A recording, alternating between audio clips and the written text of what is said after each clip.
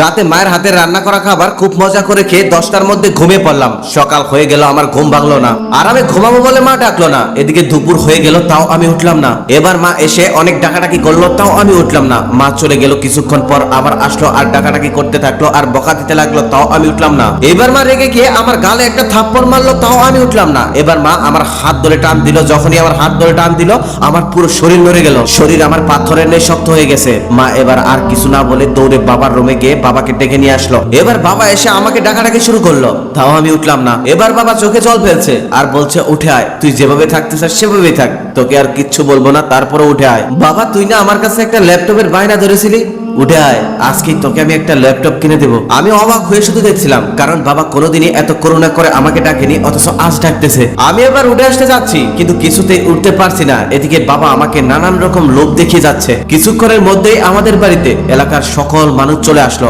ওদিকে মা কান্না করতেছে, অনেকেই মাকে বুঝাচ্ছে, অনেকেই ভাইকে বুঝাচ্ছে, অনেকেই বোনকে বুঝাচ্ছে, আবার কেউ বাবাকে সান্ত্বনা দিচ্ছে। আমি বুঝতেই পারছিলাম না আমাদের বাড়িতে আজ এত মানুষ কেন।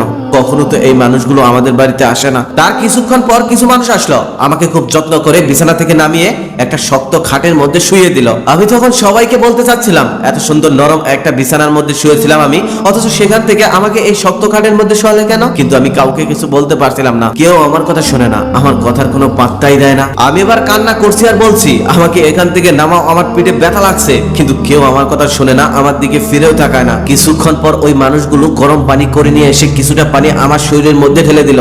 সেই গরম পানিতে আমার পুরো গা পুড়ে গেল। আমি চিৎকার করে বলছি, এত গরম পানি আমার সহ্য হয় না, এগুলো আমার শরীরে দিও না। কিন্তু কেউ আমার কথা শুনলো না। পরে অবশ্য আমাকে খুব যত্ন করে গরম পানি দিয়ে ডলে ডলে সুন্দরভাবে গোসল করিয়ে দিল। কিন্তু আমার ভারী কষ্ট হচ্ছে। আমি কান্না করছি আর বলছি, আমাকে এত জোরে ডলা দিও না, আমাকে আর গরম পানি দিও না, আমার সহ্য হচ্ছে না। কিন্তু কেউ আমার কথা শোনে না। এভাবে অনেক সময় ধরে গোসল করালো আমায়। তারপর গোসল শেষ করার পর নতুন একটা গামছা দিয়ে আমার পুরো শরীর সুন্দর করে মুছে দিল। গোসল শেষ করার পর আমি খুব খুশি হলাম। আমি এবার মনে মনে ভাবলাম, যাই হোক, গোসল শেষ, এখন হয়তো আমাকে আমার বিছানায় শুইয়ে দেবে। কিন্তু ওরা আমাকে আর ঘরে নিল না। আমাকে লোহার একটি শক্ত কাঠে শুইয়ে দিল, নিচে একটা চাদরও দিল না। কিছুক্ষণ পর একদল লোক এসে নতুন সাদা কাপড় নিয়ে এসে আমাকে পরিয়ে দিল। এদিকে মা কান্না করছে, বারবার আমার কাছে এসে আমার মুখে হাত বোলাচ্ছে। এত আদর মা আমাকে আর কোনোদিনই করেনি। একে একে আমাদের বাড়ির সবাই যখন কান্না করছে, আমি তখন তাদের কাছে গিয়ে তাদেরকে থামতে বলি, তাদেরকে বলি, কেন কান্না করছো? কেউ আমার দিকে ফিরেও তাকায় না। এক পর্যায়ে রাগ করে বলাই বাদ দিয়ে দিলাম। আমি এত করে কান্না থামাতে বলছি, অথচ কেউ কান্না থামায় না, আর বেশি বেশি কান্না করছে। একটু পর কয়েকজন লোক এসে আমার পা আর মাথা বেঁধে দিল। আমি কত করে নিষেধ করলাম এভাবে আমাকে বেঁধো না, কিন্তু কেউ আমার কথা শুনলই না। আমি একটা কথা কিছুতেই বুঝতে পারছিলাম না, আচ্ছা কেউ আমার কথা শুনছে না কেন? কেন সবাই আমার সাথে এমন করছে? আমাকে যখন খাটিয়া সহ 4 জন ধরে নিয়ে যেতে লাগলো, তখন মা এসে কান্না করতেছিল আর শক্ত করে খাটিয়ার মধ্যে ধরে বলতেছিল, নিয়ে যেতে দেব না। কিন্তু সবাই মাকে ছাড়িয়ে দিয়ে আমাকে নিয়ে গেল। বোন চুপচাপ দাঁড়িয়ে কান্না করছে, বাবা মাথায় হাত দিয়ে বসে আছে। আমাকে যখন খাটিয়া সহ নিয়ে যাওয়া হলো, সবাই আমার খাটিয়ার দিকে অবাক দৃষ্টিতে তাকিয়েছিল। কত করে বললাম আমাকে কোথায় নিয়ে যাও, আমি ওই দিকে যাব না, কিন্তু কেউ আমার কথা শুনলো না। আমি যদি আগে একটু বেশি ঘুমাতাম, বাবা গালি দিয়ে বাড়ি মাথায় তুলে ফেলতো। অথচ আমি সেই রাত থেকে ঘুমাচ্ছি, আজকে বাবা আমাকে কিছুই বলছে না, দাঁড়িয়ে দাঁড়িয়ে শুধু কান্নাই করছে, একটা বকাও দিচ্ছে না।